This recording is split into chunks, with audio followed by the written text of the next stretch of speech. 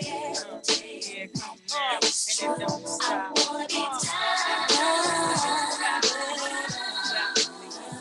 About day short, about day tall, about so big, about so small, about this length, about this width, about this flow, about this gift. Instinct leading me right up your alleyway. Skip the moet, let's chill with some Alizé. Enough stress in our day. Let me massage your mind as my mental starts to play. A ghetto sauce for you all, and I'll be your sexual chocolate bar. And I gotta keep strong for the cause, and you gotta keep me strong for the tours. Brother, man, and me, damn the family. What else could we be with no one understands us but we? You were the first to tame me. Big T. I'm out. Here we go like that. Yeah.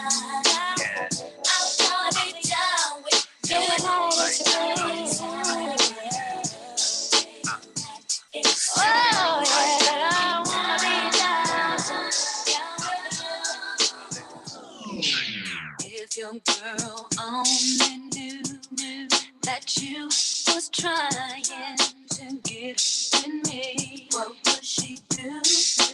If your girl only knew that you was kissing her to talk to me, she would probably leave you alone. Probably curse you out and answer her phone. I bet she'd be glad that you was gone. She wouldn't have to worry. If your girl only knew that I don't want to kick it with you. If she knew, if your girl could only see how you be calling me, getting fresh in me, she would probably leave you alone. Curse you out and answer her phone. She'd be glad she was gone. She wouldn't have to worry. You like it what you see. Everything designer, that's for me. That's why when I walk, looking like you, just tryna. Yeah, this trip got you in heat. It's jumping, baby girl, hop on it. Yeah, you know that I'm on beat. All these trip got you free. Yeah. Got some time, no love. Girl, I know that you hate. Girl, I'm not gonna let you down. I ain't gonna keep you waiting. If you go ahead, it's gonna get knocked up. You playing hide and seek, I'ma find you. Baby, hold on tight when you ride me. You know I like to eat, give me options. If you go ahead, it's gonna get knocked up. I wanna get equal. All that earth for my people. Baby, we gon' keep it simple. Money, all that love on me. You like it what you see. Everything designer, that's on me. That's why when I walk, looking like you, just tryna. Yeah, this trip got you in heat. It's jumping, baby girl, hop on it. Yeah, you know that I'm on beat. All these trips got you free. We've been on a tragedy for once. Why can't you agree with me for once? Maybe we can be on chill tonight. Maybe I can give you chills. We've been on a tragedy for once. Why can't you agree with me for once? Yeah. Maybe we can be on chill tonight. Maybe I can give you chills. I'm getting mine like fine wine, measured in time. Many other brothers love you, but this pleasure is mine. There's no pressure for us to say that I love you from now. So that couple, that is one is be comfortable now. For real, who you loving, who you wanna pull up? Who don't care who you dating, long as you care and you trust. Trying to hear all your problems so I can lighten the load. No, you not fighting alone, cause I'm protecting you from it. Chill, life hard and ex-lovers is like scars. Cause they stop hurting but never forgetting what it was. As a younger, my biggest enemy was the club with voicemails on third rings. We got a tragedy. So I don't trust. Why can't you agree with me for once? I'm trying to slow up. Maybe we can be on chill tonight. Maybe I can give you We've been on a tragedy for once. Why can't you agree with me for once? Yeah, maybe we can on tonight. Maybe I can do it. You must be used to me spending and all that sweet whining and dining. I'm loving you tonight. There's another one. And another one.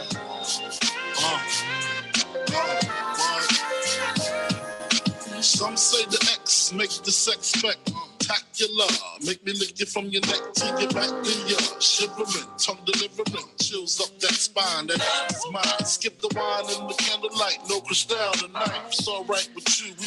Deja vu, the blood spark in the park, pissy off the Cardi dog. Remember when I used to play between your legs? You begged for me to stop because you know where it would head. Straight to your mother's bed, not the Marriott. We'd be lucky if we found a spot next to your sister. Damn, I really missed her. Way she used to rub my back when I hit that.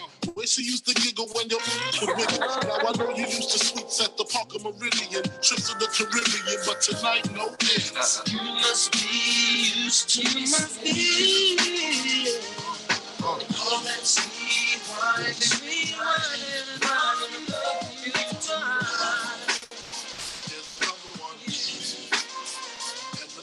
About it.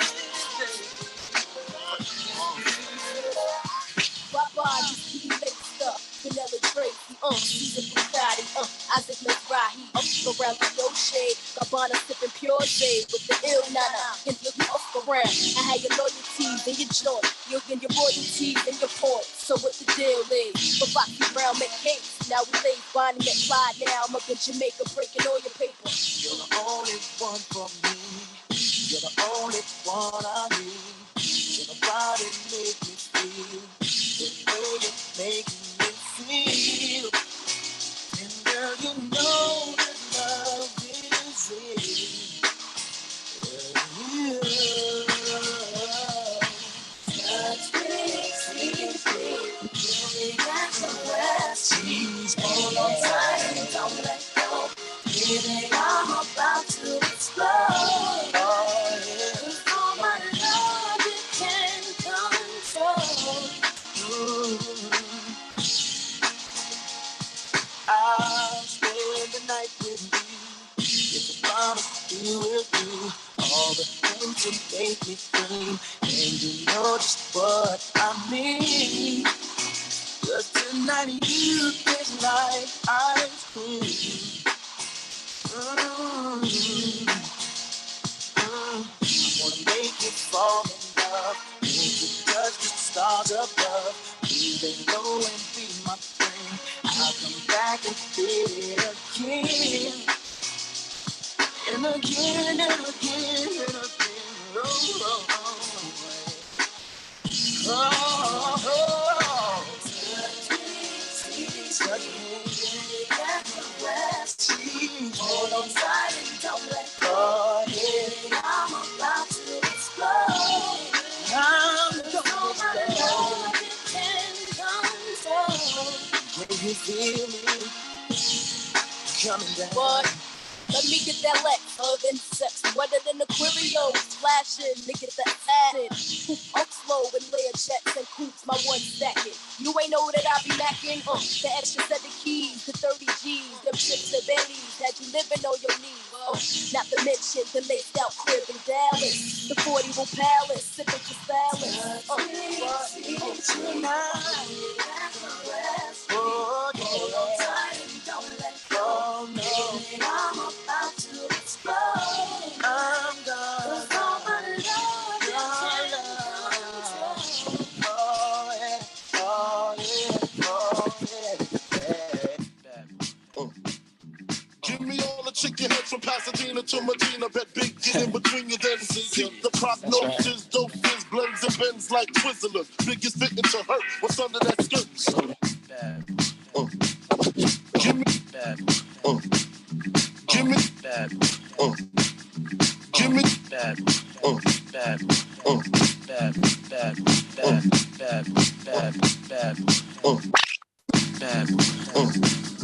give me all the chicken heads from Pasadena to Medina. Bet big get in between you then see the prognosis, doses, blends and bends like Twizzlers. Biggest victim to hurt what's under that skirt. Slow down, nigga, you killing. We filling them with octane, got them gassed up, about to get blasted. You hear me? Yeah. All right. I seen it when he kissed him at We'll the wait 2 more minutes. The High if not, we'll get it cracking. Smoke, tint, rap, terror, fork, chrome, and terror. Street fly by deliverance. The fifth is conspicuous. Bad boy slipped in 95. Ridiculous. My rap lines is like landmines. One step, kaboom, black suits fill the room. To whom it may concern, Junior Mafia is the click. Act up, I have my honeys total busting shit. You say monogamy and what? Evolution of men. Women. Men and women. Is D coming on? Yeah, he gonna come on later. All right. Trying to make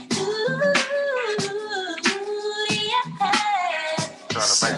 I can't wait for the day that we can be together. I can't let you walk away. Oh, can't you see, you and me were meant to be your baby? And there's nothing left to say. Can't you see what you do to me? I got one thing to be. You are made for me. Oh baby, can't you see what you do to me? I got one thing to be. You are made for me.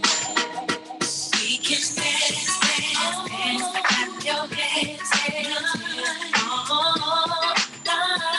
If you're in love, do what you want to do all night long.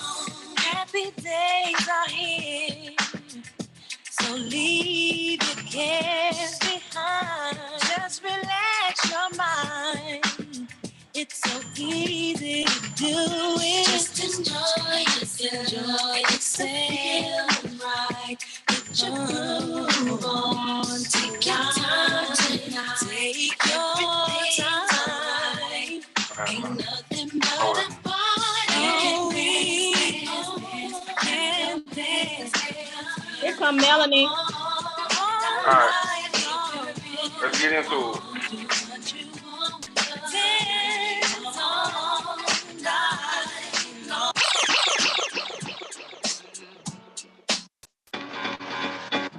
I like the way you work it, no diggity. I got to bag it up. I like the way you work it, no diggity. I got to bag it up. I like the way you work it, no diggity. I got to bag it up. I like the way you work it, no diggity. I got to bag it up. It's going down, Fates of Black Street. The homies got at me, collab creations. Bump like agony, no doubt. I put it down, never slouch. As long as my credit can vouch, a dog couldn't catch me, say out. Tell me who could stop with Dre making moves, attracting honeys like a magnet, giving them orgasms with my mellow accent. Still moving this flavor with the homies Black Street and Teddy, the original rough shakers. Shorty get down, good lord. Baby got 'em open all over town. Strictly bitch, don't play around. Cover much ground, got game by the pound. Getting paid is a forte, each and every day. True play away. I can't get her out of my mind. Wow. Hold up. It's official. 1, 2, 3. We're here for a particular reason. Time to put the kids to bed. And that reason is... It's time for the full 180.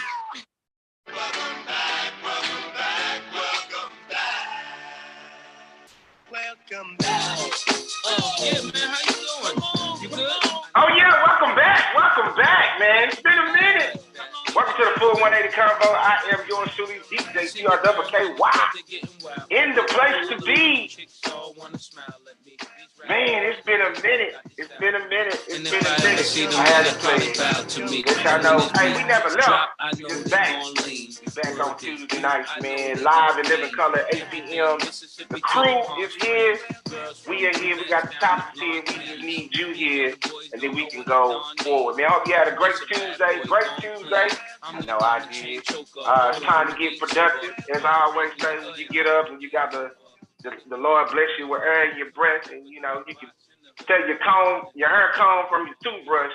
You got to do something productive. Give back. Welcome back to the full 180, man. Hey, man, we missed y'all. I know I did. I missed y'all, man. Life-changing activities all day long. There's been a lot of things going on. I know in my world, Lil Webby world. So, look, we never left. We didn't want y'all to leave.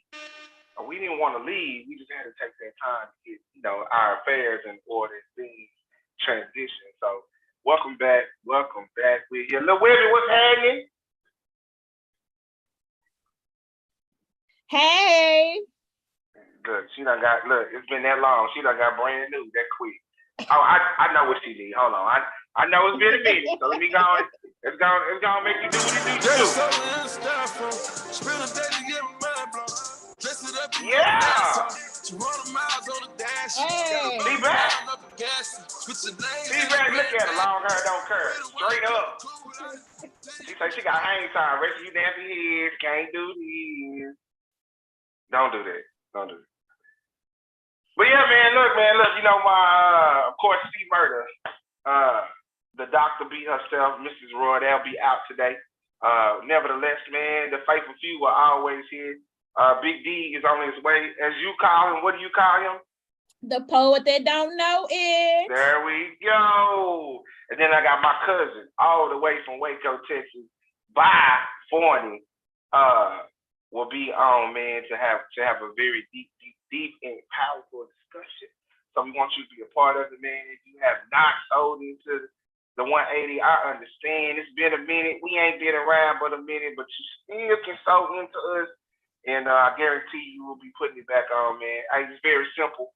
I've been networking with a lot of people about our show. So keep your fingers crossed, because 2023 may be the year that we can touch Louisiana at the Essence Festival. So I'm definitely working on that, praying about this. If you ever want to sew into us, man, 3 different ways you can do it. Got a little $50 package, $150 package, or if you want to be a private investor, always you can email me at the full 180 convo@gmail.com. I'm actually updating and making a website, so you can actually go there and do it now instead of actually sending it straight to me or straight to the account that we have. Other than that, man, it's still the same old Firewheel Mall. We live not just Fridays now. He's there Friday and Saturday, each and every Friday and Saturday at the Firewheel Daiquiri Cafe. You can catch him out there. He's actually in the process of studying to be a loan officer. So that's why he's not here today. So Big Bro, do what you need to do, man. Definitely shout out to you trying to get that together. We still karaoke every second and fourth Wednesday at Michael's, along hosting Z. Of course, I'm the DJ. It's been real fun lately, man. I had my frat brothers out there. People came out. Man, it was just one night. This big crowd came out. I think it was like a convention, and they stayed till almost 1 o'clock. And it was like I played the song "Time to Go" because it was time to go. Because who had to be at work the next day with me? So yeah, man. But no, it's been fun. It's been real fun. And speaking of welcome back, that's right, man. I am back in Arlington, Bar Louie. We turn up this Saturday on the 22nd from 10 a.m. to 10 p.m. to 1 a.m. Your boy will be on the 1 to 2. We'll be live. Not only will I be there the 22nd, I'll be there the 28th, and I'll be there the 29th, so we can bring in Halloween the right way. And just keep looking on my Instagram and my Facebook page. I'll put the flyers out. This Sunday, I'll be at Harlow with none other than dynamic duo, me, DJ Royal Lizard, and Giant came to the rooftop on the Sunday when we got it on fire. You don't know what you're missing, man. Look, it's getting cold too, a little wet, and hit me on top. It's about to be 40-something degrees. Yeah.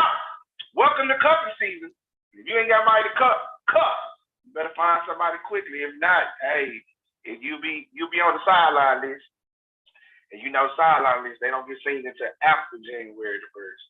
So, with that being said, man, we also got Wind Down Wednesdays popping off. That will be coming up. That's been going real strong. Shout out to Sydney, who's been putting that together. I've been able to be a part of that as well. Let's see here. Basically, that we got going on the outside of the skirts of the full 180. Look, Webby, fill us in. What's been happening in your world? What's been gigantic in your world here lately? Through my school district, I have been accepted into the Inspiring Leadership Academy. So that has been definitely interesting, and I'm very excited to see what's going to come out of that. Working, just out here in these streets, trying to stay afloat of everything else I got going on. What about you, DJ Tricky? Say, look, well, for those who, I'm going to give you applause. Can't hear you. Can't hear you.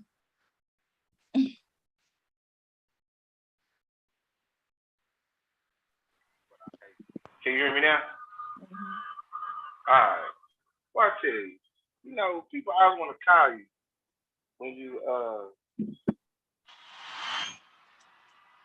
when they know you're doing something. But like I said earlier, I want to make sure we give you your kudos shot. So let me go and get that done for you in just a second.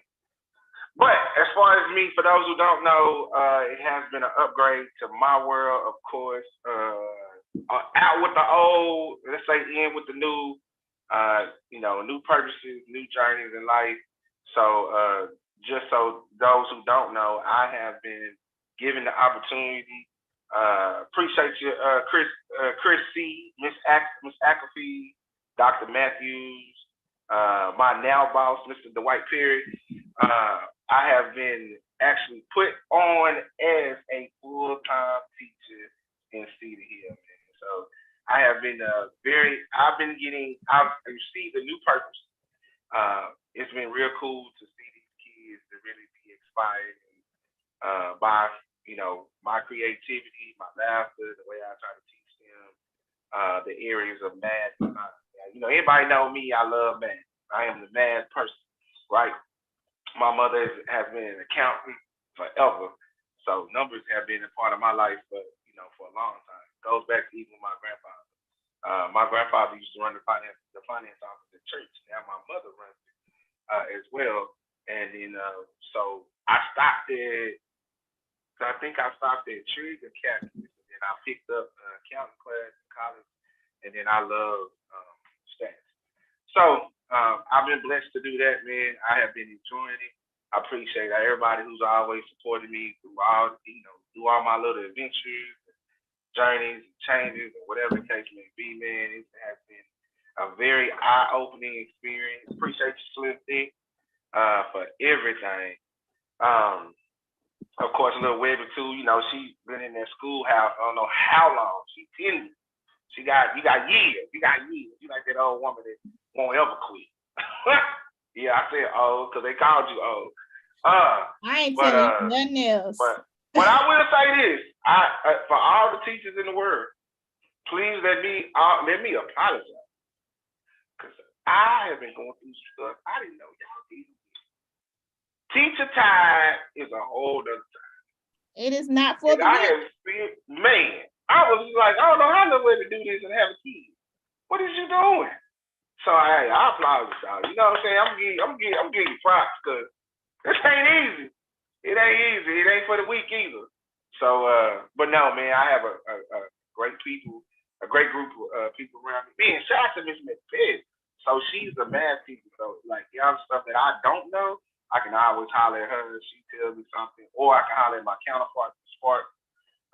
Man, look, when I tell you I got a great group of people around me who have just been so supportive in the transition. So I just want to make sure I give them all the kudos, and I appreciate it. Of course, the first thing we did was give God the glory. So without him, none of this would ever happen. So I am very humbled by the experience, and I don't take it lightly. So y'all don't see me in these streets during the week, man. I'm at home grading paper, putting in grades, talking to parents.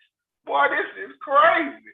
But I feel your pain, though. I feel you. I understand. I understand that teacher time. Now I understand why y'all need 3 months off. I'm trying to shoot for 4. It's really 8 weeks when you count it. It's not a lot. Okay. It's 8 weeks. Yeah, because y'all keep counting. How many more days you got? Come on, tell me. We have approximately 4 more. If you don't count this week, we have 4 weeks until Thanksgiving. I mean, they keep count when it's time to go. Boy, it's so funny. I'm learning. What I am mad about is I haven't got the full teacher experience. I keep telling them, when y'all taking me to happy hour? Because see, teacher happy hour is a whole different type of happy hour. You want me to take you to happy hour? Sorry, man. Take your boy to, I need the full experience. Take your boy to happy hour. Let me see what y'all be getting down. How the conversation be going? You know, happy hour is different depending on who you go with. You got, you know, your people, and then you got the folks you're trying to get information from, or you just trying to sip your tea and be nosy. Boy, look, and y'all be FTK at happy hour, don't y'all? All day. Yeah, look, boy, that is real to me. So, but yeah, once again, man, kudos to everybody that's teaching, whatever it is you're doing. I definitely shout you out because it definitely is not easy doing what you do. So I've experienced it. I'm loving it. Before I go any further, because we do have a letter to read, I do want to say big shout out to my big brother, Mr. Clinton Ray Baker, aka I call him the mayor. We had a great conversation at the MLK Advisory Board committee. But I tell you, my brother held his own and really gave them an outlook of how he sees the MLK Parade 2023 that we were voted and we put in a proposal in order to do should go, or how it should actually formulate. I'm very proud to be a part of it. He put me in charge of entertainment, so you know we're gonna have a good time.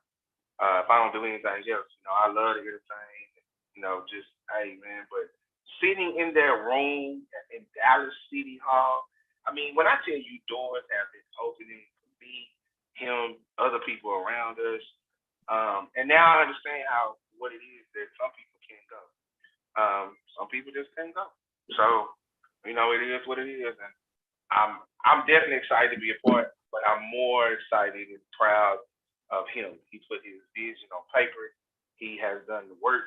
He has put in the effort, and he knows I'm there to support him 110%.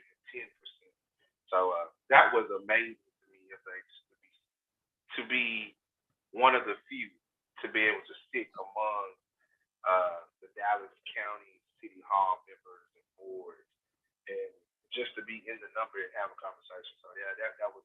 I don't take that lightly at all either. So it was cool, very cool. But shout out to him. This is his shirt. If you don't know about our nonprofit organization, it's called Help, Hope, Encourage, Love, and Protect. Make sure you go to the website. We have everything on the website about the Martin Luther King Parade that we're putting together. Also, there will be a gala January the 14th, I believe. It'll be a week-long celebration, but it'll be a gala that we'll all be at. And then, you know, shout out to Mr. Slaughter, Miss Pamela, Miss Jones. I can't think of the other lady. Got to meet them and actually got presented with a particular job situation. So keep your fingers crossed out there. I keep you posted, man. But yeah, I'm definitely walking, trying to keep my head above water and do my due diligence. So when I tell you the Lord has opened up these windows, and my grandfather always said, when you walk around with your hands open, because sometimes the blessing you get is not for you. You need to pass it on to somebody else. So hopefully I want to use what I do to be a blessing to someone else all the time. Other than that, man, look, let's get into this letter. We got a little letter that I need to read. So, Webby, it was actually, let's see. Make sure. All right. So, Webby, letters are actually addressed to you. So it says, Dear Full 180, I know you haven't been on in a while, but I want to send you a letter about a conversation that I've had, or something that I've been actually going through.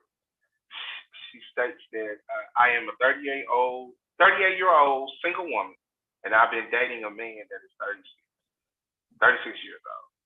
We have ups and downs because I feel like he is in love with his grandmother. She is not really his grandmother, but she definitely could be. They used to mess around before we started dating. She was more or less a sugar mom. She has got to be 70. She has got to be 70, but she's a personal trainer and her body is in tip-top shape. Well, if I can find a picture of her, he thinks he can be friends with someone that he used to sleep with. He works out with her, and I have a problem with it. He was acting all ashamed when I met her, and he couldn't even introduce me as his girlfriend. I let that slide, but what I won't let slide is how much time he spends with her. He said they're just friends, but if I spend time with one of my exes, he would have a fit. When she sends him a good morning and have a nice day text, I see 1 second transition. He says that he has I see them. He says that he has nothing to hide, and I have the password to his phone, so I can see he's not leading her on. But the minute that I let my guard down and I started trusting him, she slipped in and got him. He came to my house and told me that he had something to tell me. He said she asked him to meet her at the gym after work, and she had something for him. He said they sat in her car because the temp had dropped, and as soon as he got in, she went straight for his zipper, and he couldn't stop what happened. Okay, she hooked him up oily, and he said he felt terrible and stopped her. Yeah, okay. I'm pretty sure he didn't stop her. He confessed everything, but I'm done with it. He keeps apologizing, but I think he wants that old thing back. Is it crazy to check the woman? Will this ever stop? Please advise. Webby. Now the old lady, the trainer, she said she could pass at 70. Now I ain't gonna lie, man. Now we had grandparents day at school. Boy, some of these grandmamas, they all right. Some of these experienced women, that's what I call them. I like the experience. Some of these grandmamas, they okay. But he said they worked out. They just friends. We kick. Used to sleep with her. We did a little something. Now, look, this is dear to me because I know I have certain exes. Well, I can tell you, Keisha is probably the best friend. We don't have to talk all the time, but when we there, we there. And she just recently has things, and I was there. But my thing is, I don't crowd. I wasn't gonna crowd her space. But that's like the friend. That's the homie. And that was like a 5-year relationship, but that was when I was in high school. And now moving on, it's like, there's certain females that I used to date that's cool. Some of them I always say they cool my mama, so they always call her. But other than that, it's like, okay, no big deal. I can go hang out with you. Ain't no worries. But he said soon she got to the gym. She snuck him one. She said, "Boy, give me that." She wanted a little tasty feel, little touchy feel. So when? I mean, that's is it cool? You can work out. No, exes need to stay at X. It don't mean. I said exes need to stay at X. But what if your exes got they like the plug, or what I'm saying? I can find a new plug. Cool. I don't like to stay that connected. Oh, but you said okay, but you connect to your baby daddy. That's not by choice. I said that for a reason. I know you said that for me to save some. And you they said they used to mess around. So they used to mess around. So clearly they still mess around. They just work out. Now she probably keep this brother very, very in shape. I don't care. He can find a new workout partner. What if I'm getting it for free? What you mean you get a new workout partner? You used to sleep with her, and clearly you still are. but we just cool. Y'all more than cool if she serving you up in the car. But I didn't. Okay, but I kept it 100. I gave you my password. You know what it is. You see the messages. I don't leave her on. I'm thinking she calling me because she want. Hey, we gotta work out. I mean, okay, cool, let's do it. But then when I get there, she flipped the script. So is that my problem or her problem? So why come we just can't respect the boundary and be like, no, we. But what you mean? What? So would you? So are you telling me you insecure? No. Why stay connected? There's nothing tangible that's keeping y'all connected.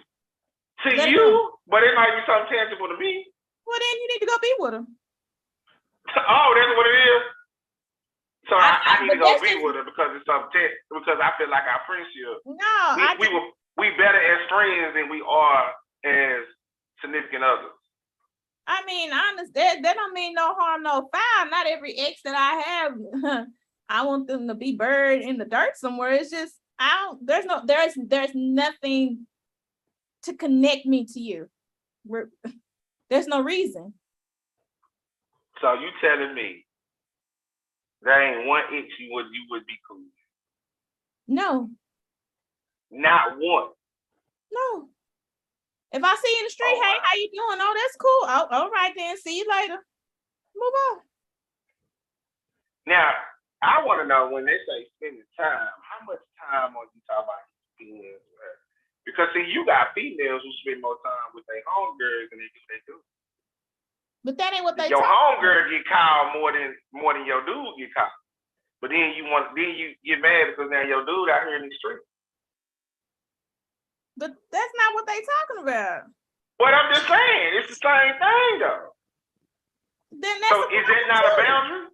Is that not a boundary? Yes, and that's a problem too. Well, I don't think that got nothing to do with Thelma sucking them up. Listen, the only thing about here's the thing. Thelma sucked him up, got him right? He was in a full-fledged relationship with the girl, right? Although the conversation didn't show up formally in a text message, they work out together. You don't know what type of conversation that they're having in the midst of that workout. You know what I'm saying? It's like, bro, it's like your chick, bro. Like if your chick like talk to this super swole 50-year-old, right? 50, 60-year-old Tyson, right? We'll just call him Tyson. Tyson not only worked your girl out in the gym, but they used to have a history and he done worked out before. But she still wants to go see Tyson and work out, right? You trust her, but you looked at your phone, but you didn't see nothing. But she tell you that Tyson like knocked the doze off of her and she feels terrible. The dough. I'm here for the dough. D-O. I mean, like, knock the doors off of her. Like, no, I'm here for dough. You're not, like, slung it all over. The thing is, how would you feel about that? And she's telling you that she feels terrible, but how would you feel about that? Now, you answer that question, DJ. Oh, well, see, once again, because, and the way I'm going to answer is, I really couldn't get mad at the situation. Why? Because I have exes that I'm cool with. Now, we don't work because you what? I have exes that I'm cool with. We don't talk every day, but you ain't got exes that you slang. You ain't got exes that you knocking them off still either. True. Here's the thing. Here's the thing, though. No, here's the thing. If you really want to move forward with somebody, it's going to be very difficult to move forward with somebody while also looking back at somebody. Exactly. I definitely agree with that. You know what I mean? That doesn't mean I'm necessarily it ain't say that you back. can't be. It doesn't mean that you can't necessarily. It doesn't mean that you're looking back, bro. It just means that when you have the opportunity to go backwards, it's a choice. Like if you got the opportunity to go backwards, right, and you take it, right, then you are going backwards. you're not going forward with that person, that person that you're committed to. Right. So you're why not. even put yourself in a situation to what the perception could even be there? Why? Right. Why do you still And need to be connected to an ex when they're an ex? And regardless if we're friends or not, if we cool, if I see you in the street, I can dap you up. But there's no reason why we need to be BFFs and going out to happy hour. I'm telling you. In their case, they're BFFs. I'm talking about like we just cool. I think it's all right to be cool with them, but at the end of the day, you be cool from a distance. I'm gonna be cool with you until you start interfering with what I got going on. Like if there's any type of threat towards my situation, then I gotta let you go. You know what I mean? Because my situation mean more than, you know what I'm saying? Like you, to be real with you. You know what I'm saying? So I think that's tricky ground, because the reality is you don't want to create a culture in your relationship that opens the doors, or at least that opens old doors. Mm-hmm. Like that hey, this is what we do. If this is what we do, like I just don't. I would just hate for a culture to be, because it's going to result in people getting hurt, and people out here getting shot over women and men. But people over here, it's out here bad right now.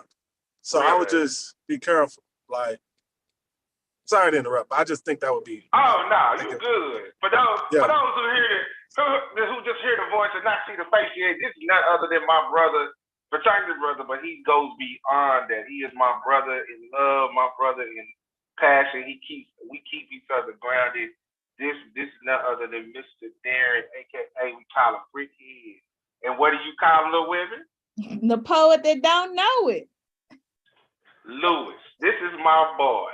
What's going on, big bro? Y'all are something else. Y'all are something else with this poet that just don't know it. I can only imagine what you got going on. My brother is always doing things in the city. So I try to stay afloat with him and keep abreast. And he's always trying to empower a group of men, women. He's just trying to move the culture as much as he can. You can always catch him at the recreation center. On Hall Street. Say the name of the actual recreation center, brother. Roseland. Yeah, so Roseland, and then we're doing the Cedar Crest, former Cedar Crest Community Center as well in Oak Cliff. Yes. So he is definitely inspiring the community. He has a beautiful queen, and my two nephews love him to life. Not only that, man, we got my homegirl. When I say my cousin all the way from Waco by 40, she represents for the month that everybody has been waiting for. This is my sister. I call her Honeycomb, because if you see her, she just looks like Winnie the Pooh. She's just full of honey. AKA, her name is Mel. But none other than that, we Scorpios first. What up, cousin? Hey. We can't hear you, cousin. That is the cousin. So now we got every. What you say? I'm trying to tell you. Thank you. Yeah, thank you yourself. She's new to technology. It's okay. All right. When I tell you my cousin's a very strong one, I tell people all the time, man, I hang around nothing but strong women. So I heard somebody tell me, "Oh, you can't take a strong woman." You crazy? If you only knew the background to all the ones that I am attached to. Other than that, man, let's go get into it, baby. I'm going to toss it to you, because this is your show, your title. And I'm going to let her have it, but I'm going to throw it up here for her. Go ahead, little Webster. Hey, y'all. Hey. So this is the conversation that Melanie, turn your camera back on. Where'd she go? Oh, Lord. Help her. She's good. She'll talk. You don't want your camera on? I don't want to just talk to a black. Can y'all see me? Yes. You know she's nervous. Leave her alone. Oh, hey. I'm going back up. You told me I didn't have to have my camera on. I'm still trying to. You don't have to have your camera on, Sean. It's all right. So this is a conversation Melanie and I was having. We was talking about the evolution of men and women. And we'll see how we can bring it back to monogamy. It all works, I promise. So what we were saying is, back in the day with our grandparents, women had to depend on men. They had, for financial reasons, Financial reasons, because women didn't have life skills.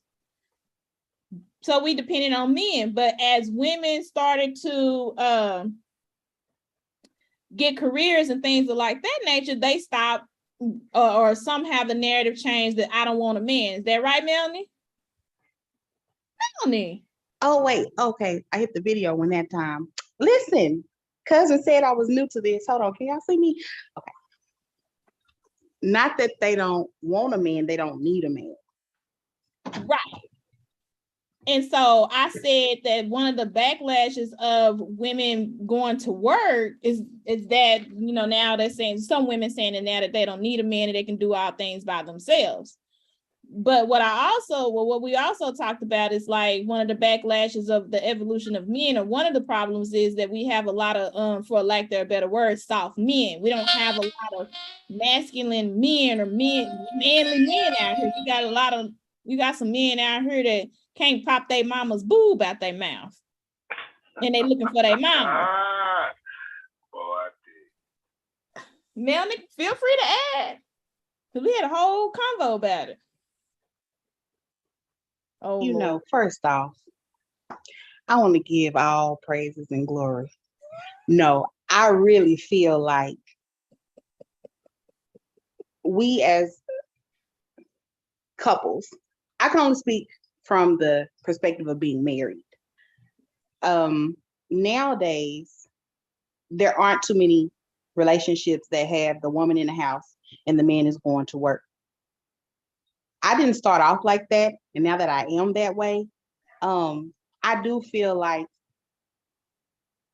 there has been a deep shift in even how I was raised, because I was raised by a single mother, you know. So at the end of the day, I was taught you don't need a man to do anything.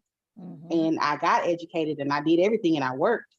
But all of that, degree and all, I'm at home. So it does create an identity crisis, especially in a Black woman. And I do feel like when you have men who have these strong women, they kind of tend to lean more on them than they should, which decreases their masculinity in some sorts of ways. That makes sense what I'm saying? Yep. Tricky? Poet don't know it? Questions, comments, or concerns? Yeah, I used to really take offense to that particular, notion. But then God gave me a lot of grace for our women in that, as I begin to just listen and learn more. And the reality is, I think when a woman is saying, I don't need a man, a part of that rationale comes from the fact that she ain't never seen one. There are women that are growing up with, i.e., a bitter grandmother, i.e., a bitter mom who had a failed relationship that, in essence, this is not this speaking for all cases, this is just based off what I've observed. But if you were to go back to that bitter grandmother or go back to that bitter and ask them, did they genuinely want that man back? A lot of times they will be like, yeah, I wanted him back. I wanted him back, but I wanted him back, but I wanted him to be right. I wanted him to honor me. I wanted him not to have all of these, not to be a rolling stone, not to put his hands on me. You know what I'm saying? Mm-hmm. Like, or not to, you know what I'm saying? Like, so whatever the circumstances were that caused that man not to be in that house impacted that daughter to the point where that daughter is not necessarily, it's hard for her to identify a man. And it's the same syndrome that a young man goes through at some level, parallel to the fact that when a man is not in his life, or when a man is not, he doesn't grow up with a man in the household, what he tends to do is ideally create his own image of what a man is. Mm-hmm. And I think for a lot of our women, they've created their own idea of what masculinity looks like. They've created their own idea of what a man looks like. And because of that, they're making that comparison from the reality man, the man in reality, and the ideal man that lives in their head sometimes. Now, I can't speak for women because I'm not a man, but I mean, I'm not a woman, excuse me. But I can honestly say, based off some of the stuff I've heard and I've just taken the time to listen to, I don't think some women really mean they don't need a man, right? And they found ways to, compensate for that. But some women are actually saying, I just don't want a certain type of man. And I would actually prefer to have a man, but I need him to be right. So that's just my 2 cents to it. Well, I can speak for me, and I also grew up in a single parent household. My dad was there and not. My dad lived in another state, so I still got the opportunity to visit him. And my mom had a live-in boyfriend, which was a guy from hell, but that's neither here nor there. But I grew up seeing that, and I didn't want to be her. I didn't want to be weak. I thought my mom was weak in that relationship because she let this man just do and say whatever. And when I got grown, I'm like, I ain't finna live my life like that. Now, granted, I found myself in a situation, and as a result, my friends at my other job, like, oh, that's killer. Cause I'm like, I'm not about to let another man treat me the way that I've been treated. I can hold my own, I can take care of me, I can do whatever I can do for myself, and I don't need nobody. So excuse me, Webby. Can I ask you a question? Excuse me. And I'm so sorry to cut you off, sis. Let me ask you this. What you felt for your mom, like you said you didn't want to be that, right? Mm-hmm. Have you ever asked her why she was that? That is not a conversation me and my mother and I can have. That ain't what he asked you though. No, I answered his question.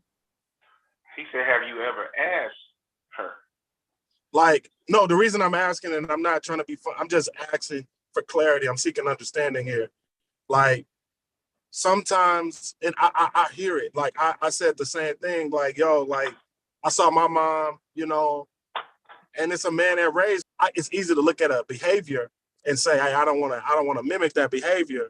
But the reality is, if you don't have the understanding or the clarity of where that person's mindset was, or what led to that behavior, then sometimes it can leave room for ignorance. You're correct. And no, I have not asked that question because with my mom, and Melanie probably can attest because she knows my mom too, that would probably cause more damage to our relationship. Asking her why she chose to allow that situation with her boyfriend at the time. But I think that's why some of us we fall into those ruts. It was one time that I caught myself, actually my mother caught me, acting like my father with somebody I was dating at the time. And if anybody knows, I'm probably my father's biggest lawyer. Sometimes it's hard to, be Johnny Cochran and tell him the glove don't fit, but because sometimes it actually does. But there's certain things that wasn't tricky. But in my retrospect, my thing is I got to ask those questions. And, it wasn't like no long drawn out question. It was just like I asked, he gave me an answer. And I left it at that. And I'm not gonna preview nobody to his answer, but it was real short. And it was like, I understand, because we all do stupid stuff. But I think the fact that we don't talk about it or try to find ways to, let me say it this way. Sometimes we sit in it and we don't try to find our way out of it. We don't work to find our own identity. We just see, oh, well, they did that. I don't want to do that. But it may have been a reason why that happened. It may be a reason why, like my mother used to always say, I used to laugh every time she would say, man, I ain't got no money. But I know she do. But it was a reason why she said it, because that money was for something else. Or it was for something else. I think men and women, it's not digging to one side, but men and women. Until you ready to let go of some of that, what you went through, or ask the question to the person that did you dirty. Why? Some people don't like closure. Sometimes it's good to have it. Just find out why. Not saying it's gonna make you feel better, but now you know why. Now you have the conversation. I had the conversation with my ex-wife. I know why. I agree with some of the stuff she said, and I disagree with some of the stuff she said. But I know why. Now we're cool now, but because of that, I think from that point on, I started learning how to be better. I started being taking accountability of, you know what, man, I didn't do that. So the reason why that happened because I wasn't doing that. But then you get in some situations, like Derek said, you immediately get put in the same boat as the same brother or the same female over one incident. And it was just like, and then we go into, and this is when I'm gonna bring in the monogamy thing. It's just like, because of that, we don't want to be monogamous. We don't want to be monogamous. We want to have what we call toy. Like I play, what I mean by when people say exclusive, some people. So you just want to exclusively have sex. So you want us to act like we together, laugh like we together, go out like we together, but there's still no deal of us being together. No. You want us to talk on the phone all night like we are together, or meet each other for dinner, or whatever case, and every time I see you, it's supposed to be like ain't nothing happening. But there's no consistency in what we're doing.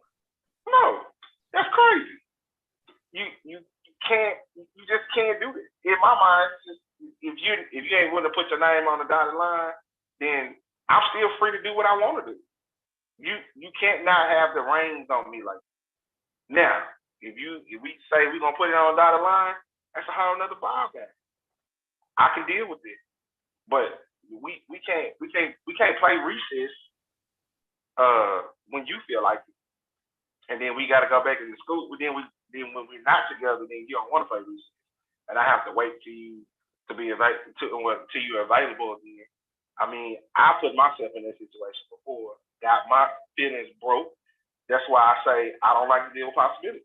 Possibilities that done got my heart broke. So if we can't talk about, trying to become a destiny, I don't know what to tell you.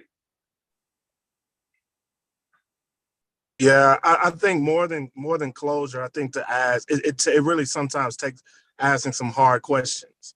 And Yep. I really like prayed for like you and your mom, Webby, like that if y'all could have that conversation one day, because it's gonna, I don't know, it'll just unlock and allow a new freedom in you that'll be better for whoever you're gonna be with. You know what I'm saying? As a result, like a lot of this stuff, I wanted to cuss, but a lot of this stuff, right, that we holding on to is really connected to stuff that we either felt as a child, or stuff that we saw within the people that was before us, whether it be our parents, whether it be our auntie and uncles, or whether it be whatever examples that we felt like that was before us.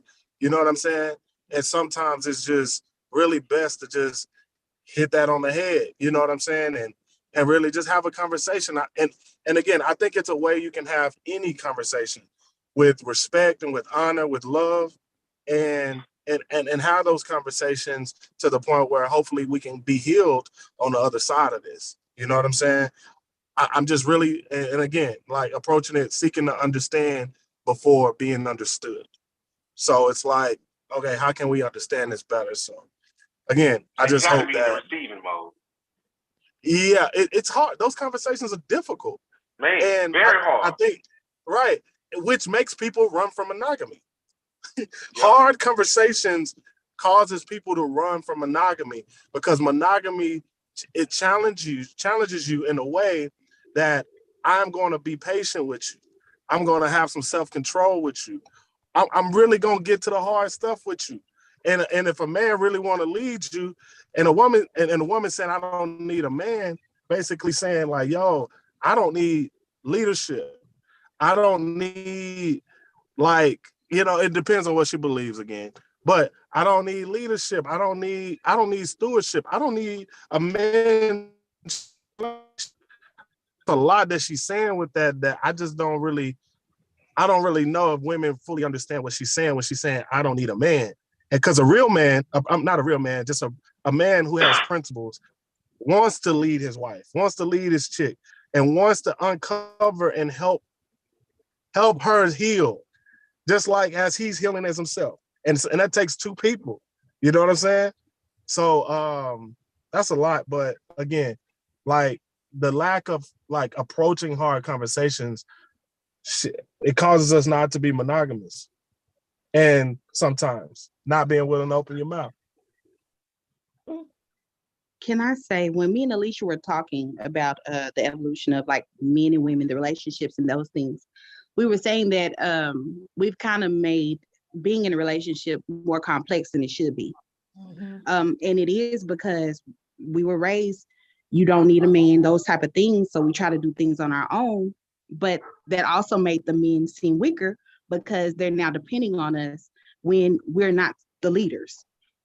So that's where we were like, how have we kind of ran away from I don't want to say the gender roles, but necessarily the gender roles. They are. Because like I said, I'm at home now. Like I was everything. I was that woman, strong, independent, didn't need nobody. Now I'm home and it's like, well, I do need my husband. Now, mind you, we've been together since we were kids. So it shifted my relationship with somebody I've been knowing since I was 13. Wow. And I actually respect him more now because he is leading and he has done it, with pride. And I see it now. And at first it was kind of like a strike against me as an individual, not necessarily his wife. Got it.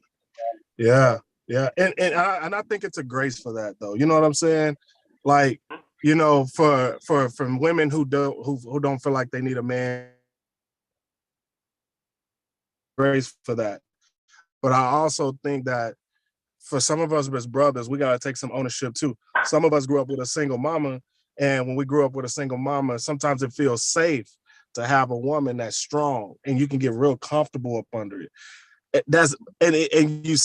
You unknowingly set aside your leadership because you're putting all your chips in one basket with her, meaning that you're relying so much on her that she's now becoming the leader in the relationship.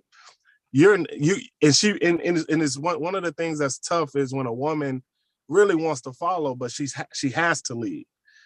You know what I mean? And that can be very difficult. So we got to take some ownership. And I don't think that those brothers are really wanting a relationship. They're really wanting just a transactional type of situation. Like, what can you do for me?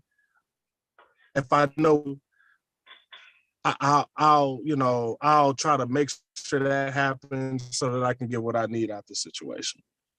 So I'm sorry that it comes off that way, that these brothers are laying up and it gets tough. And to go with what D said, I'm gonna be real honest with you. I ain't digging it to men or women, but some men don't know how to do it. So they're trying to learn. When he say the grace part, just like some women don't know how to be wives. Like my ex-wife admitted me, like she called my mother several times because she didn't know how to be that wife. She didn't have that particular thing growing up. And it's just like some men don't know how to lead. They never seen it. All they know is how to do. But being a leader, it takes, in my opinion, you become a leader when you first know how to serve. Once you learn how to serve, and I'm talking to me, I would tell people all the time, I'd even tell with my walk with God now is, I ain't gonna say it was not as serious then, but it's more serious because at one time I just knew him. What I mean by I knew him, I went to church, did this, you didn't want to hear your mama mouth, so you went and got baptized. Then I had to redo that because I did it for the whole wrong reason. And then I wasn't really in the book like I needed to be, since this is supposed to be the God and the rule of my faith. And then once I got actually into it, which is why I love Nation, And then I got into it where I started reading for myself and trying to understand stuff for myself. And I have a great pastor, Dr. Simpson, who makes things practical, but he's a good teacher versus a pastor. And I think everybody should have a good teacher. But in certain circumstances, men don't know how to read. And then I'm also gonna say, in other circumstances, sometimes you have to know. And I'm gonna go back to what Mel said. I ain't gonna say gender roles, but sometimes we gotta know how to follow that. If it ain't your lane, bro, let her run the lane. It's okay to be the sous chef. Because guess what? If Darren is the quarterback and I'm the water boy, if Darren takes us to the Super Bowl, guess who get a ring to? Me. I still get a ring. I didn't play, but I was instrumental. Just like you're on a plane. If you're on a plane, if Webby's the pilot, I'm cool with being the assistant. Somebody got to take care of the kids. While she's trying to get what we need to get safely. And if her flying the plane is her role, and she's good at it, I'm cool with stepping back. Hey, cool, let's roll with it. I don't see nothing wrong with that. I believe when you're in a real relationship, you have two leaders. That's what makes a relationship to me. You have two leaders who know how to control their strength and be humble. So, and I'm just assuming Indeed can always correct me. But yeah, I would say even Indeed, Queen, him and Miss Lewis's relationship, there's certain things that she's good at and he's good at. So they'll learn how to compromise and be like, well, baby, da-da-da-da-da. So I'll just follow you on it. Or she'll come there and tell me, hey, this is what I want to do. And then they'll talk about it and, go forward from there. But so you're still keeping the person that's in the house or the hierarchy of God, man, and woman, because I believe there are 1,000, just being at my school alone, I'm amongst women who are great leaders. Like, they run that school. Dr. Matthews is a great leader. She runs that school along with Mr. Spears. But he understands that we have to work cohesively together in order to get to where we're trying to go. He still runs the show. He might still be out there in the outspoken, but he doesn't take for granted that the help in the consistency that he gets from these women, from his secretary, from Miss McAtee, from Chris, from who else? Miss Griffin. Like all these women. Like, and I laugh all the time because I am like a dominant male amongst nothing but strong women. But when I tell you, you can just see some of the humbleness in them that makes it like, well, I know I'm a leader, but I know I have to follow you. So, but then if I want to voice my opinion, I can voice my opinion. And it's not done in a rude way. It's done in a way where we can communicate and still work together every day. So, I just think some people, and I'm speaking for dudes, let's speak for women, some people just don't know how to be a leader. And I don't know how you teach them. I don't know how do you go seek that type of being the leadership. Even when Mel said, she has more respect for Thea's time, it was like, well, yeah, it's like you did exactly what a relationship is supposed to be. You filled in the gap until he could get to the place where he could fill in the gap. Now that he's filling in the gap, it's like, okay, well, now you can rest and I'm going to do this. So you don't have to do it. But it's crazy. I say that, not you, man, but there are still women who struggle with, oh, is he really going to do this? Is he really going to take care of this? Do I have to do this? Do this, do that? Or do I need to check behind him and do this and do that? But it's just like, and I'm going to use what I normally hear. Man, I've been praying for a good man all my life. But then you get one and then you run them off because you start power tripping. It's just like, it's like, what are we doing? Mm. And I'm not saying a good man makes a good leader. All I'm saying is that if he has the skill, if he brings something to the table, if he's knowledgeable about something, I'm not smart about everything. I'm smart about something. And then the fact that I always want to learn, I still learn from D. I still learn from Lil Webby. Because we can hold each other accountable, and you definitely call me out if I'm not right.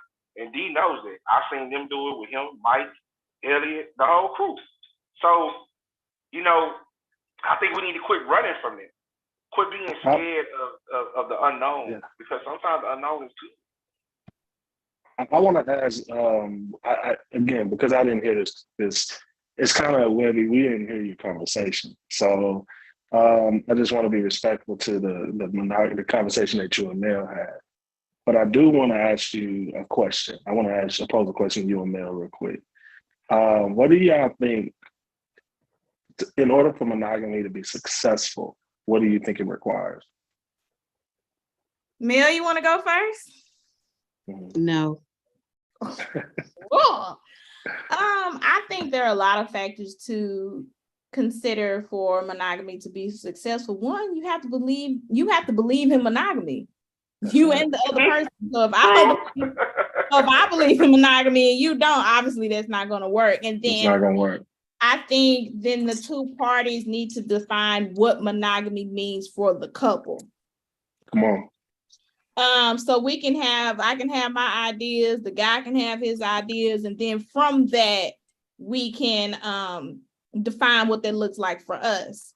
And that may change over time as needs change. It will. All right. I think Mel gave a great example of that. Alicia, I'm sorry. That was perfect. That's why I said no, because you said exactly what I believe. Yeah. Well, thank you, friend. Yeah. I think maturity over time has taught me you in a relationship, you don't operate off roles, you operate off service. It's two different postures. You know what I'm saying? A role comes with an expectation that because that's your role, that's what you're supposed to be doing. And you'll find yourself having so much friction versus this posture of service that says, yo, like, we're just gonna do what needs to be done and we're gonna get it done. You know what I'm saying? And I'm here to really serve you. And service, when you operate in that space, it comes with a different like conviction, because you know what I'm saying? If you believe, right? Your belief is is very important in all of this though. But that conviction to know that I got somebody serving. Can I be a servant leader in this regard? Can I really step up and really serve? You know, and I'm not competing with my chick or my wife or my lady. But what I am saying is, I just want to make sure I'm serving her and she know that I honor her just as much as she honor me. Now, that's another thing that Mel and I talked about is the serving part. So if both parties understood, and this is theoretically speaking, because we are human, if both parties understood that we are both serving each other, then the relationship shouldn't be complicated. In theory. Mm-hmm. No, it could still be complicated. Why? Because here's why. Service can get uncomfortable. The relationship's not complicated, but the situation or the circumstances may be. Because you may find yourself having to serve in a way that you've never served before. And you're having to learn how to serve a person and serve their needs. Like in marriage, to death do us part. In between you saying I do and in between death do us part, that you don't know what shows up. Some people walk down the aisle, but a few years later, they had to be rolled down one. They had to be rolled down the hall. You know what I mean? So service can become complicated in a way to where, because life happens. Lord forbid that happen to any of us, right? I'm just saying, like, life happens in ways that are completely unexpected. You know what I'm saying? My wife lost her father unexpectedly a couple years ago, almost. I had to deliver that message to her. You know what I'm saying? I had to tell my wife that her father died. That was really complicated for me. You know what I mean? You know what I'm saying? So no one wants to do that. It's uncomfortable. It's complicated, right? But just because it's complicated, it's those things like that bring y'all close. When you choose to act in service and love and just really operate in the fruits of the spirit, like, it's one of those things that really truly bring y'all together. Now, it doesn't mean that it ain't gonna cause ain't no friction gonna happen, right? Well, I guess the point, the perspective that where I was coming with when I had the conversation. Sure, no, I get you. Yeah. It's like if we both understand that we are in a servant relationship and we are not selfish, then in that we're not in it to win it for ourselves, then in theory, that part of the relationship should not be complicated. Yes, the acts of service can be complicated, i.e. what you said. The example with your wife, yes, then that. But if I know and my partner knows we are in a servant relationship, we're not in it for ourselves, we're in it for each other, for the benefit of each other. And that's what I was talking about because, what did you say? You were saying that like, but people are with other people for the benefit of what the person can give them. Yeah, they like the idea of being. Right. That I like when people say they want to be married, but don't want to go through the rigor sometimes of being married. I was married before for 9 years. So, and I didn't even know nothing about serving, none of that. And you said something earlier about, oh shoot, what did you say? Dang it. Something that becomes friction. I was like, oh yeah, that was me and my child's father all the time because gender roles or roles, there was obligations. He felt I should have acted and performed in a certain way. I felt like he should have acted and performed in a certain way. And we had friction all the time. And I mean, all the time we had friction. He felt like the idea of me, he had this idea of me that was not conducive to who I am. There you go. Yep. Yeah. And I did it's no if he but if he has no one checking him on that, like from a male perspective, see, a lot of us don't have people who we call and talk to about these things. Not real that challenge you that challenge you. Like, and I'm gonna be honest with you, I've found a few older brothers. It's not anybody my age. I found a few older brothers that have been in it and that challenge me, not according to their opinion, but one to what God says about the situation. Well, I know you won't want to talk to her, but have you called her yet? I know you don't. I look. I know you don't want to. But I'm hurt, bro. I don't. You know what I'm saying? Or at the very least, like, who is your wife, and then who is the wife in your head? Because the wife in your head is ruling, is overpowering your expectation of the wife that's in reality. And you got to get to know your wife. You got to get to know your lady just as much as you got to get to know your husband. And here's the reality: like, some people get married and don't really fully know who they marrying. And when they don't understand who they marrying, things show up in the relationship. And then I don't hear a lot of people talk about this, but this is the truth. You start to feel kind of stuck. And you're like, dang, I'm actually stuck with somebody that I really don't know. And now, because of what I believe, I don't want to leave.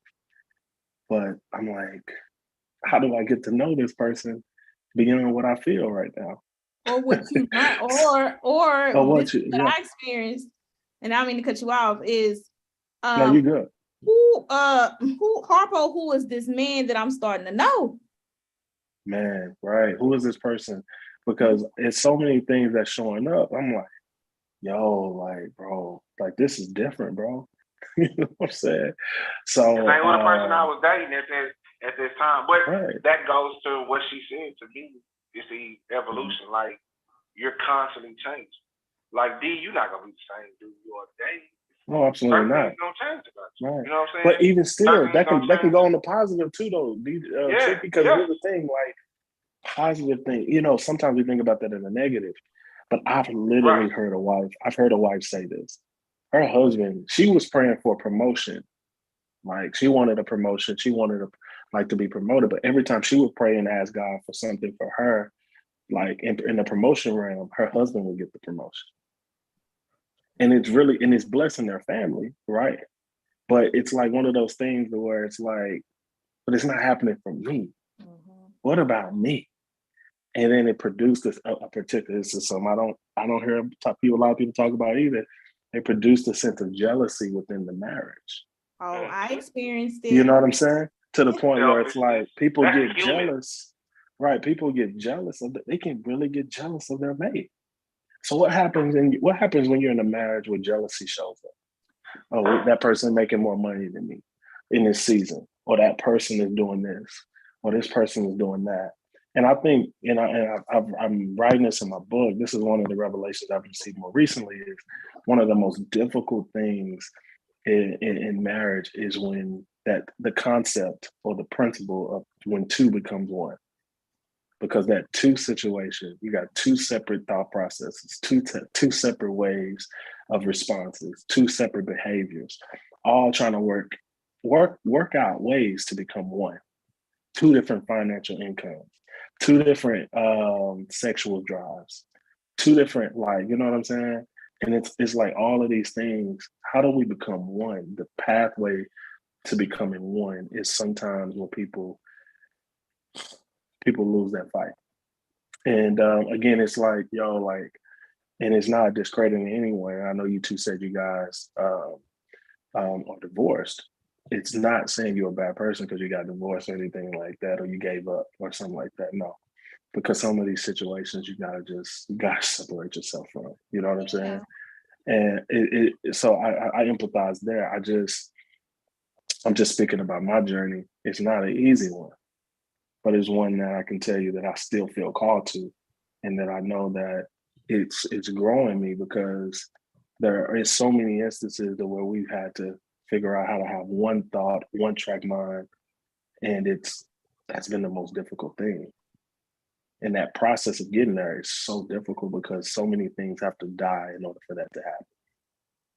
And it's more difficult for anyone who has been a headstrong person all their life.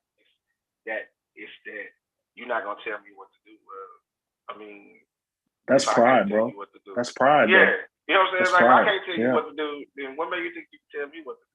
And then the fleshly part of us, that when you brought up the selfishness, that's when because I can see me getting selfish at times. Like I get selfish that, nah, I want to do this. I don't want you. I want you here. And then be like, but you know in back of your head, she can't do that. She really can't do that. But I know you want it. So you have to be able to. My thing is, I've always been able to vent it, but then I can always go back and say, yeah, this is what I was thinking, but I know whatever. And of course, she would be like, well, no, whatever you want to do. But I try to get her to understand is, look, your needs are just as important as mine. So even when I'm selfish, I have to be understanding that I just can't have it like that. And if I can't, I can't. And I have to deal with it. But that goes to what you said earlier about being very, very mature. It takes mature people to be in a monogamy or a monogamous relationship. Or people who are willing to, or people who are willing to be matured. Right. And you know what I mean? I think is so like I want to mature others. Go for it. Say it. I'm listening. And no, I was gonna say that what I like about your situation, about what you said, you have somebody that wakes up every day with the rich. Even though that's hard to have one mind, one thought, the whole nine, but they never give up. They never wake up giving up. They wake up trying again tomorrow, because it might not happen today. And if it don't happen today, y'all didn't fail the marriage, just failed today. Yeah, every day, let's be clear, every day is not a ring. Mm-mm. Some days is a dance floor. Some days it's a club. You know what I mean? Some days whatever it is, man, like sometimes you can't control what happens, like at least what circumstances present themselves. But what you can control is how present you're gonna be in. And sometimes, man, more than anything, even if you don't have the answers, if I know that person ain't leaving, if I feel safe to know that person is there, they there with me, and we trying to get to the right path, and they committed to that, then it gives you a little bit more to fight for. I have a question. I just, what do you all think is the reason to choose monogamy? Well, that's very easy for me to answer. It's because of what I believe. You know, I think for me, Well, let's say outside of like religion. Because I mean, one woman is hard enough. I mean, please say it, bro, because I know I'm like, I can't imagine too. I mean, because at the end of the day, even for women who feel like, here's the thing, for even women who feel like they can be a side piece, or that who can handle that, who can really handle that.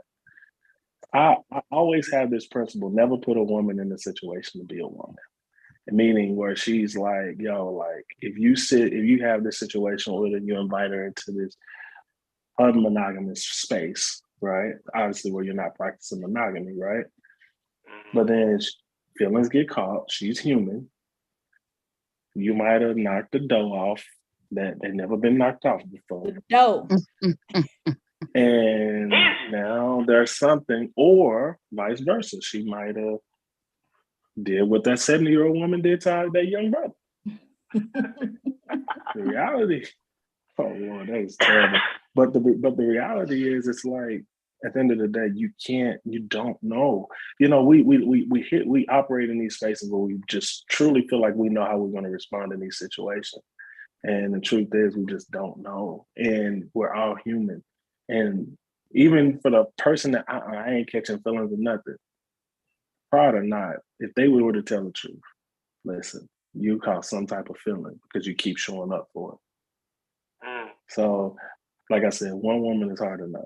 I'm with you. Me too. One person is enough, which is why, like, I never dated multiple people at one time. It's too much. Seriously dating. Now, if you out here and just want to, you know, lack of better word, shoot the shit, you know, meet this one dude, y'all cool, meet another dude, you cool, boy, girl, or whatever situation may have you, but you're not looking for anything serious. But to seriously date more than one person at one time, it's too much, because I've been called you something or said your favorite color was blue when it was really orange because I done mixed y'all up. It's too much on me. But see, some people, not I believe in monogamy, but I also know people who live the polyamorous life. So in some instances, you know, monogamy, or let me see, being poly doesn't equate to cheating. Correct. There are people who actually have the ability to date and date others and be open. I do feel like monogamy is what we were taught, and it's also just a safe space to be in because we don't know. I don't feel like I don't feel like those who live a poly life, if that's their choice, are just you know, like they're not making the wrong choice for them. However, I might end up fighting somebody else. I don't want to share my name, you know. But Melanie, you bring up an interesting point, because for all this polyamory, biannual, binary, transgender, trans today, whatever, all this stuff is new. A lot of it is new. And we didn't grow up with polyamory. We didn't. And those couples probably started off being monogamous until they made a decision for themselves that they didn't want to do that anymore and made that, you know, their thing. But I actually think it's the reverse.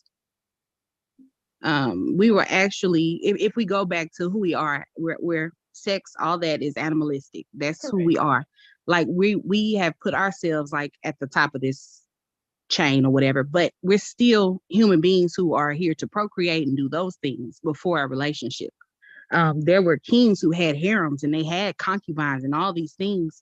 The women, you know, their cycles would sync up. There'd be 9-10 children born at the same time. Initially, it was all about procreation. We made everything about relationships later on. Do you get what I'm saying? Yeah, I get what you're saying. In King and Queen days, yes, they did have. But even not too long ago. But and the thing is, and like I think there might be one or two other animals who actually just have sex for pleasure. Right. But we can even take it back in the Corinth church. I mean, we can go all the way back. That was a whole brothel. If we really want to, you know, take it all the way there. But so I mean, I can get with what you're saying, but what changed the need to want to have or establish monogamy? Why did we move away from that? I think it became a safe space. Well, I'm going to say I think that's very complicated. Our conversations get to 2 or 3 hours sometimes. No, I get it. I can't go 2, 3 hours though. Not tonight. We can push part 2 next week. But that's we can do 2, 3 hours a day. No, but that's a real. No. But I will say this though. Again, that's where I truly believe that our belief systems really matter here.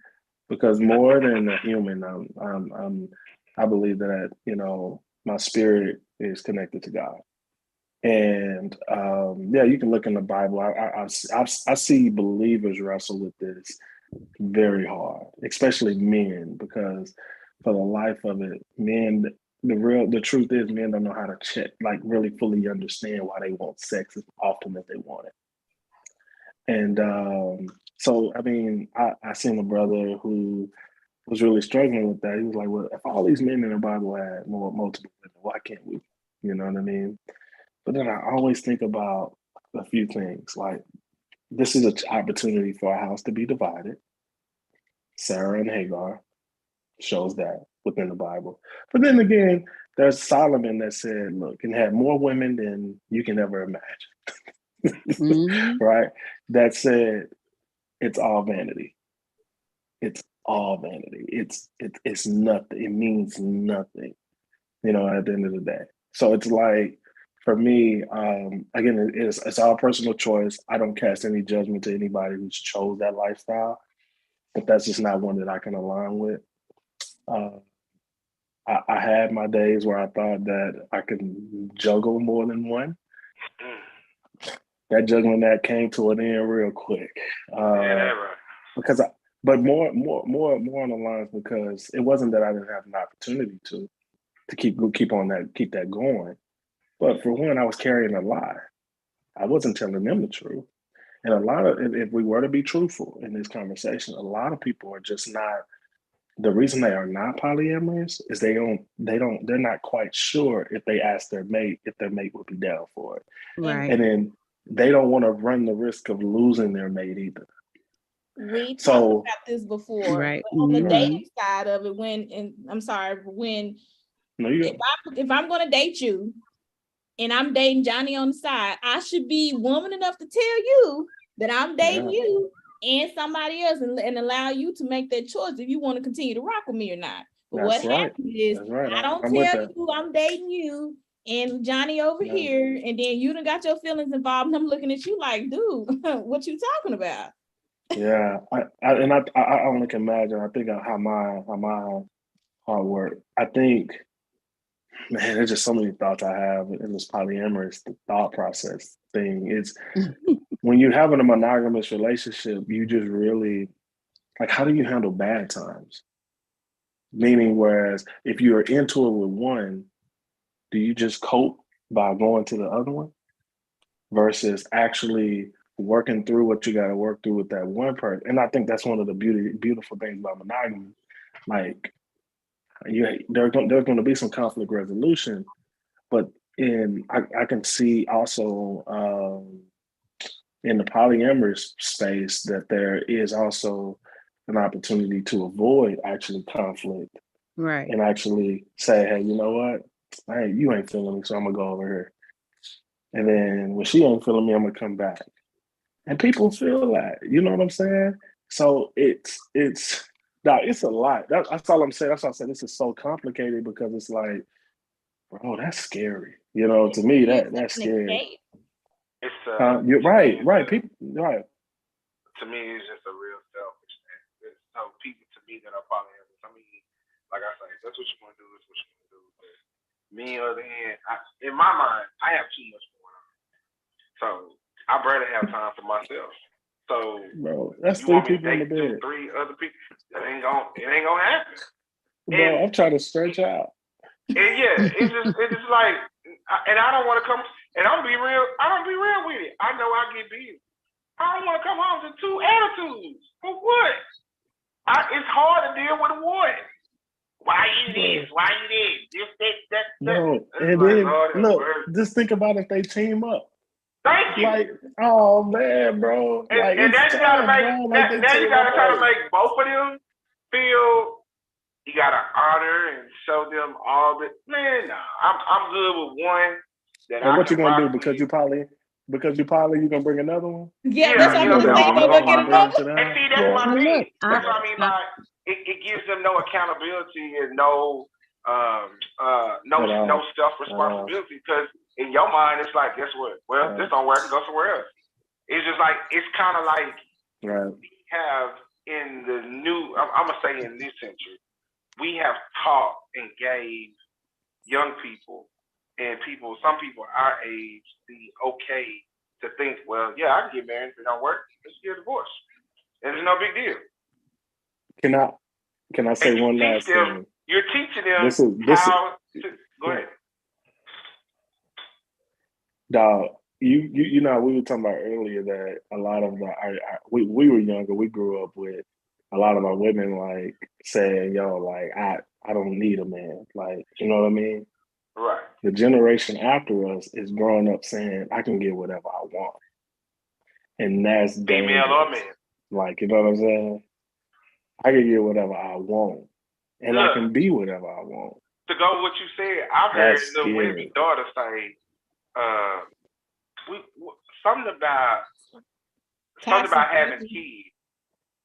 And she said something about we don't we just have kids, we not getting married or we don't get married now, we just baby daddy.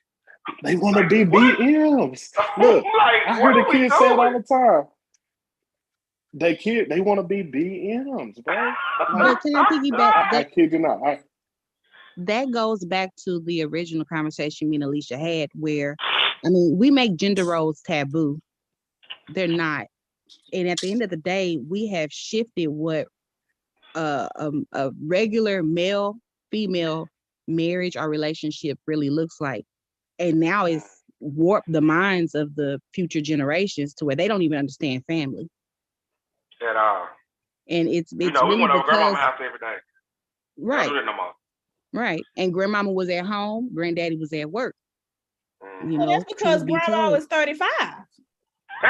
You mean 24. Look, I'm gonna ring the bell. Cause we gotta go, man. When I tell you I got us over, but we're gonna pick up part 2 on next Tuesday. So don't forget, tune in next Tuesday. We're gonna pick up part 2. I apologize for having y'all go over so long, but the conversation got interesting. And of course, I was so glad my cousin's on here. This is her first time. Good job, cousin. You gotta come back next week. So next week we're doing polyamory. Yeah, we're gonna do part 2 of what we're talking about because there's so many other questions that we can go into that comes with monogamy. And I was looking up.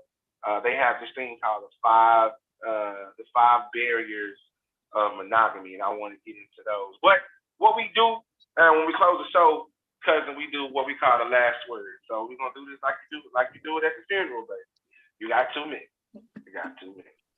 So your last word for the people at home would be, and thank you for being on. I definitely appreciate it. You're welcome, cousin.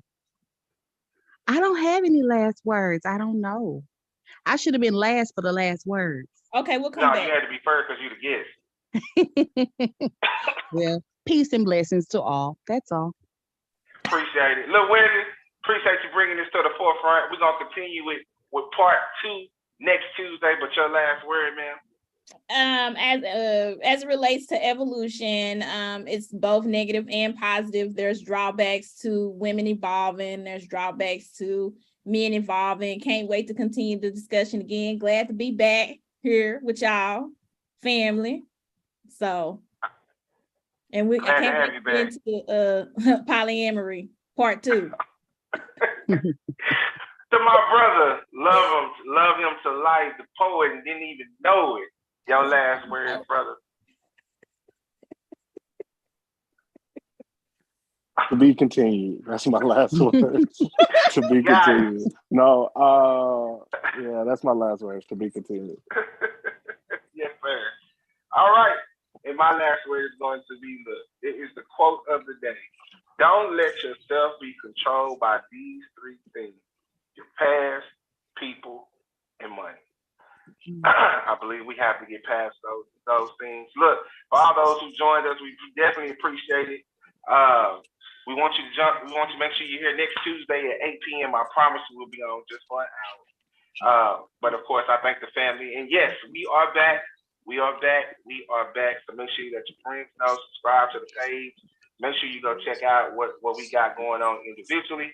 And we'll make sure that we'll see you. So normally I would play a song when we leave. But since my brother's here, I'm gonna let him do it if it's possible. Because I know you in the other room. Can you hit us with a prayer, brother? Yeah, I got you. Got it. All right. Let's do this. Heavenly Father, we come to you just saying thank you, and we honor you. And what's truthful, God, is that each of us every day are faced with choices. We are faced with opportunities to either serve you and honor you with our mind, body, and spirit, or we have the opportunity to sin against you. Because your word teaches us that we all are falling short of the glory of God. So my prayer to you, God, is that we would continue to seek you and follow you, that you would lead us not into temptation, but deliver us from evil. And that, God, you will allow us to forgive each other as we are also seeking to forgive you. So as the world is trying to teach us its own rhetoric, let us be mindful of your word, and let us be mindful of what your word says in each matter that we face. Thank you for marriages. Thank you for relationships. And it's because of the love that you have for us that we're able to love each other. So let us continue to seek the very best for one another, just as you've loved us. And God, let us not grow weary in well doing. Through your son, Jesus' name we pray. Amen. Amen. Look, on behalf of everyone, Lil Webby, Mel, my main man, D, Lou, of course, my brother, DJ Tricky, not DJ Legend, Dr. B, and Mrs. Roy, Dr. Roy, as you can call her now. We definitely appreciate you joining us. We'll see you next Tuesday, right here, 8 p.m. on the 418. Thank you for joining us. Have a good night.